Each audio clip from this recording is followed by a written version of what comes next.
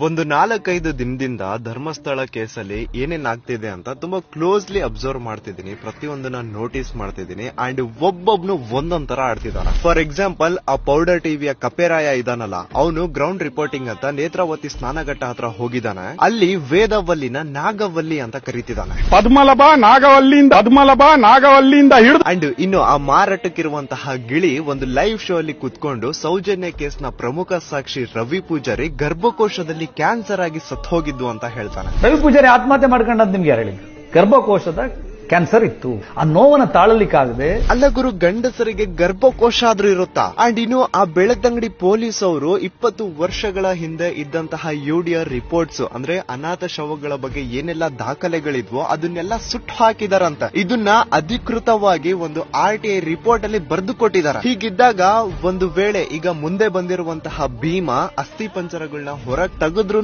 Use ಇಲ್ಲ. ಇವ್ರು ಏನ್ ಅಂದ್ಬಿಡ್ತಾರೆ ಅಂದ್ರೆ, ಇಲ್ಲ ಇದು ಯುಡಿಆರ್ ಆಗಿರುವಂತಹ ದೇಹ, ಇದು ಪೊಲೀಸ್ ಅವರೇ ಹೇಳಿ ಹೂತ್ ಹಾಕಿರುವಂತಹ ದೇಹ ಅಂತ ಹೇಳ್ತಾರೆ. ನಾವಾಗ ಎಲ್ಲಿ ನಿಮ್ ಹತ್ರ ಏನಾದ್ರೂ ಪ್ರೂಫ್ ಇದ್ರೆ ಕೊಡಿ ಅಂತ ಕೇಳಿದಾಗ, ಇಲ್ಲ ನಾವೆಲ್ಲ ದಾಖಲೆಗಳನ್ನ 20 ವರ್ಷಗಳ ಹಿಂದೆನೆ ಸುಟ್ಟು ಹಾಕ್ಬಿಟ್ಟಿದೀವಿ ಅಂತ ಹೇಳಿ ಸೈಡ್ ಸರ್ಕೋತಾರೆ. ಹಾಗಿದ್ದಾಗ ಭೀಮಾ ಅಸ್ಥಿ ಪಂಜರಗಳನ್ನ ಹೊರಗ್ ತೆಗೆದು ಯೂಸ್ ಏನಾಯ್ತು? ಅಂಡ್ ಇನ್ನು ಆ ಅಸ್ಥಿ ಪಂಜರಗಳನ್ನ ಹೊರಗ್ ತೆಗಿತಿರುವಂತಹ ರೀತಿ ನೋಡಿದ್ರೆ ನಾವು 2025 ಅಲ್ಲಿ ಬದುಕ್ತಾ ಇದೀವಾ ಅಥವಾ 90s ಅಲ್ಲಿ ಬದುಕ್ತಾ ಇದೀವಾ ನನಗೆ ಅರ್ಥ ಆಗ್ತಾ ಇಲ್ಲ. ಬಿಕಾಸ್ ಆ ಬರಿಯಲ್ ಸೈಟ್ಸ್ ನ ಕ್ರಾಸ್ ವೆರಿಫೈ ಮಾಡೋದಕ್ಕೆ ಒಂದನ್ನು ಮಾಡರ್ನ್ ಟೆಕ್ನಾಲಜಿನ ಯೂಸ್ ಮಾಡ್ತಿಲ್ಲ. ನೀವು ಜಸ್ಟ್ ಹಾಗೆ ಥಿಂಕ್ ಮಾಡಿ, ಎಷ್ಟು ವರ್ಷಗಳಾದ್ಮೇಲೆ ಭೀಮಾ ಮುಂದೆ ಬಂದಿದ್ದಾನೆ. ಇಷ್ಟು ವರ್ಷಗಳಲ್ಲಿ ಅವ್ನು ತೋರಿಸ್ತಿರುವಂತಹ ಲೊಕೇಶನ್ ಆಬ್ವಿಯಸ್ಲಿ ಜಿಯೋಗ್ರಾಫಿಕಲ್ ಲೊಕೇಶನ್ಸ್ ಎಲ್ಲ ಚೇಂಜ್ ಆಗಿರ್ತವೆ. ಎಷ್ಟೋ ಹೊಸ ಮರಗಳು ಬೆಳೆದಿರ್ತವೆ, ಎಷ್ಟೋ ಹಳೆ ಮರಗಳು ಬಿದ್ದು ಹೋಗಿರ್ತವೆ. ಸೊ ಅಂತದ್ರಲ್ಲಿ ಭೀಮಾ ತೋರಿಸ್ತಿರುವಂತಹ ಜಾಗದಲ್ಲಿ ಇನ್ ಕೇಸ್ ಏನಾದ್ರೂ ಅಸ್ಥಿ ಪಂಜರಗಳು ಸಿಗದೆ ಹೋದಾಗ ಅದೇ ಜಾಗದಲ್ಲಿ ಅಕ್ಕಪಕ್ಕದಲ್ಲಿ ಮಾಡರ್ನ್ ಟೆಕ್ನಾಲಜೀಸ್ ಲೈಕ್ GPR ಅಂತಹ ಒಂದು ಗ್ಯಾಜೆಟ್ ನ ಯೂಸ್ ಮಾಡಿ ಕ್ರಾಸ್ ಚೆಕ್ ಮಾಡಬಹುದಲ್ಲ.